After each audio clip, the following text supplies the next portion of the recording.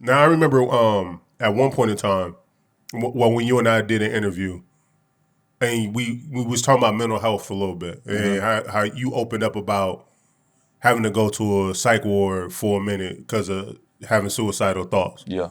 Man, how are you handling mental health nowadays? I feel like I'm a guru now.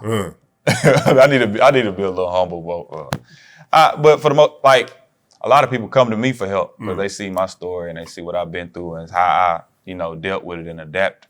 So a lot of people come to me, like in the hood. I get so many DMs, that I keep confidential. By the way, I don't tell nobody tell nobody business. But at the same time, I am one of the people that niggas look for, like when they having mental health issues or, just anything like that. Long live Laquita, long live Reggie. It's a whole bunch of folk in the hood that I done had the pleasure of talking to that, sad to say, just couldn't overcome certain things. I don't want to say they lost the battle because that's a little bit too demeaning, but some things just they wasn't able to overcome. Okay, definitely. Like, I do talks at Freedom Missionary Baptist Church a lot. I done did talks at Fold Cliff about mental health, and that's just something that I take very, very seriously. When you were in your battle, and I know we always in a battle with our own mental health, but when you was in that dark place, man, do you remember what kind of led you there to that space when you was like, hey, I want to kill myself? Oh, I think I didn't do good at college. I had a culture shock in college. That was the first thing. I dropped out of college, so I just felt like I was letting everybody down as far as, like, I was supposed to be this opera singer type person. And, when I was in school, I ain't really like it. I just didn't like being in school. It's not that I ain't like doing music. I just didn't like being in school. I didn't like dealing with damn statistics and and classes and shit. I just wanted to go to school to be what I wanted to be and not the dumb ass core damn classes. And I just felt like I let my family and my people down, and that was weighing on me the whole time. Here I dropped out of school from trying to be an opera singer to be a rapper. And so I was doing all kinds of dumb shit when I was trying to be a rapper. I was goddamn selling drugs and shit. I was already selling a little bullshit in college trying to keep my little head above water, but then I got back and then I'm doing this shit because the Say Cheese TV interview and I want to have enough money to send broke. Blood told me I needed to do this and that and the third, and DJ D Real and shit like that and it just wasn't for me. And that's what weighed on me. Gotcha. It just weighed on me. And then the bitches too. You didn't have enough money, and here come the bitches going to the niggas with the most money, and you ain't got no more money, and I was like, oh man. Did you ever get to the point that you actually attempted to do it, or it was just always a strong? You actually tried to. Mm-hmm.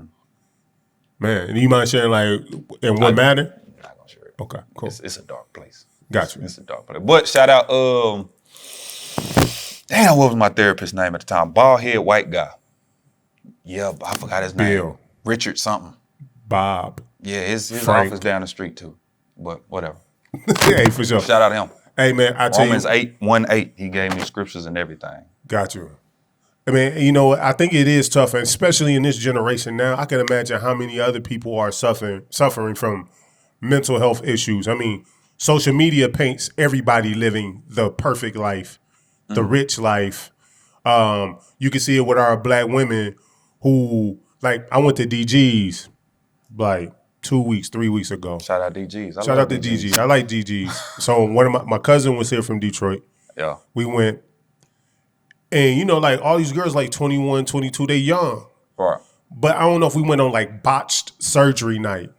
Cause you seeing all these girls with these boob jobs, with these huge lines and scars going up their boob. I don't know if some girls didn't realize they had keloid skin. So you seeing keloids on their boobs. It's like the things that they're seeing on Instagram, they're putting their bodies to the limits to portray something that's fake. That's fabrication. It's fabrication. Yeah. Oof. Like I listened to Vlad interview and he did Tekashi 6ix9ine his baby mama, right? Selena, how she went, how like a lot of girls go out of the country. Selena fucked up like that. I don't know who. Now, she not messed up like that, but she went and got surgery. But she was like, a lot of people go out of the country. She went to Colombia to get hers done. Okay. Because they allow you to push their bodies to the limit. Like you only supposed to make in America, we only gonna allow you to make your waist so small or do your skin so much. Yeah. And girls but you pay more. So a lot of girls be unsatisfied with the look and paying more. So they'll go to these third world countries and push their bodies to the limits. But it's like, wow, man, women are doing all these things to change their bodies. And now you seeing young men what men doing? Well, men not changing their body. I'm just saying, but I ain't saying shit. I'm not saying men changing their bodies or nothing, but you seeing every young dude with a post with cash stacked up above their head to the ceiling. Mm-hmm. So the average person who working a 9 to 5 is sitting here like, bro, what am I doing wrong? How am I 24, 25, and this 19-year-old kid got money stacked up? It's a difference between social media and real life. You know what I mean? It's a lot.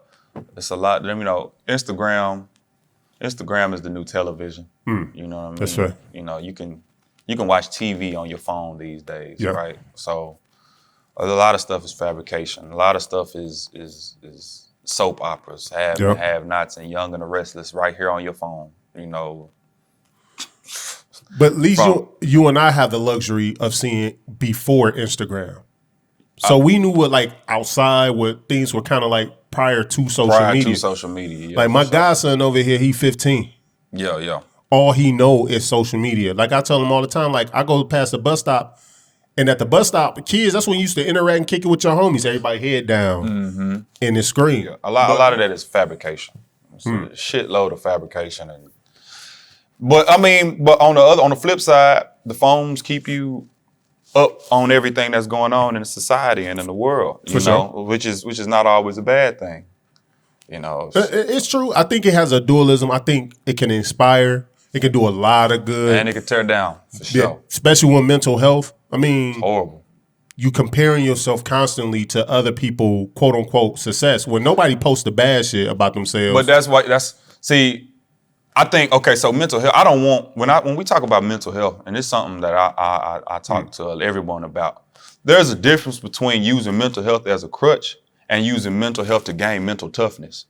You can't just sit here and just be like, oh, my mental health, and just be crying all the time. That ain't the goal, Gotcha. And that ain't gonna make nobody better. That ain't gonna make you better. You got to use that mental health thing to create and use it as an exercise to make you mentally tough.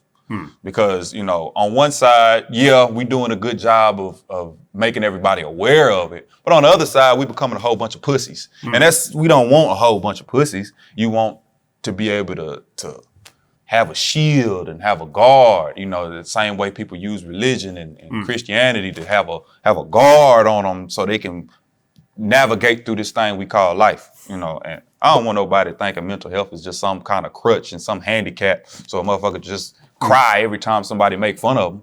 No, it's be mentally strong, be mentally tough. You know what I mean? So when you have a young teenager then, how do you get them to see that? Because they're very impressionable. Peer pressure's even higher. As a young man, you taught to be a shooter right now. You know what I'm saying? Bullshit. As a young woman, you taught to sell your body. This is going, you know what I'm saying? This is the narrative. And so these kids are walking with their heads in their phone, and this is what's pumped into their head all day. And how do we prevent them to getting to a point where it gets so dark that they think about killing themselves? How do we equip them with the tools to navigate this digital space and understand like this stuff not real? Okay, so we definitely see the bad, right? Right. Another thing to do is to see what good is happening. See, if we just concentrate on the bad, then that's all we'll ever our mind will just be so focused on the bad that we don't see a whole bunch of good that the internet doing. I see some TikToks all the time where I see women being liberated with everything, not just sexual liberation, but actual like there's a song out there he talking about go get that degree. Something he's saying on that whole, and I like that song because that's liberating women to do whatever the hell they want to do in life. Gotcha. It's a whole lot of women out here. It's a lot more woman hustlers than it is some men hustlers sometimes too, and I think it's dope. But just to be able to navigate through the bullshit and find the good shit. Gotcha. Just navigate through the shooters and the gangsters and the kill, murder, and come over here and see, see some folks that done came up from nothing and got something, and they reminiscing on the bad, but telling you they ain't gonna never go back. That's real. What I mean? Go watch Food Stamp, baby. Hey, there you go.